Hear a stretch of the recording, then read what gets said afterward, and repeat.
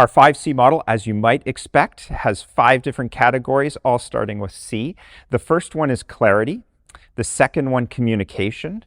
Then commitments and accountabilities, cadence, and careers. Let's dive in and start with clarity. Within clarity, there are 5 different components that we believe are really important to establish up front.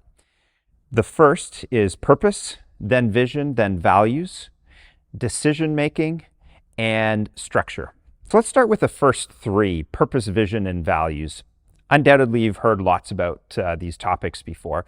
Purpose is the why of the business. Why do we do what we do? As Simon Sinek says, people don't buy what you do, they buy why you do it. And so having that why is really, really important. And for the best founder-led organizations, that why really comes from the heart. The second is vision, and this is the picture in the future that founders are often very good at creating. They are visionaries, and they have the ability to kind of fly into the future and see things that other people can't see yet. And so the ability for the leaders of a business to articulate that vision in a way that others can understand and get on board is very, very helpful. The third is values, and these are the guardrail. They're the 3 to 5 different things that we really want to use to anchor the team from a behavior and a decision perspective. And the reality is these things come from the roots. We say the truth is in the roots, and the roots are the founding team, the founder, or the first few people that are in the organization. It's the things that really have helped guide those individuals in their work. Then we get to decision making. Within most early stage companies, decisions get made in one of 2 ways. One is autocratic. That is, one person, usually the founder, makes all the decisions. And that's really hard to scale.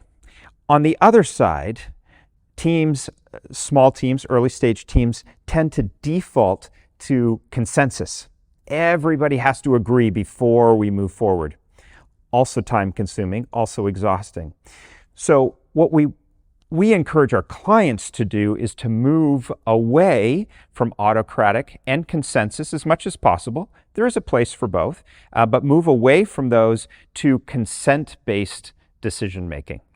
And the last one is structure. Within structure, what generally happens in early organizations, say 2, 3, 4, maybe up to 5 or 6 people, it's very organic. There is no structure. People are getting together, they're having conversations, they're sitting around a table, and the idea of who reports to who and how does this all work isn't so critical. But once you cross about 5, 6, 7, 8 people, then someone will come along and say, hey, you know what? I think you're at a point where you need managers. And in that moment, if you decide to embark on making different people on the team managers, you've made a structural decision about your organization that will impact your organization into the future. And that is that you've decided to make a power hierarchy in your organization. CEO, VPs, directors, managers, as the organization continues to grow. We're all very familiar with this model. We've lived this model in our lives. And the reality is, my perspective is that we are moving to a time where that model is becoming more and more out of date. There are alternative models in how organizations can work together, how people can organize themselves to get work done that don't fall into the traditional power hierarchy. The challenge with the power hierarchy that we know and is well documented is that 85% of those working within these hierarchies are disengaged. Do you want a team that is disengaged? Of course not. So what we find is that if we want to keep that entrepreneurial, creative energy that be up in that top right corner of the first diagram, that we need to think outside of the box, because bringing a hierarchy in also brings bureaucracy and strips that entrepreneurial energy and that creativity out. So you may choose for your organization to go with a hierarchy. My encouragement to you is to make that decision consciously and intentionally after looking at the different options that are out there.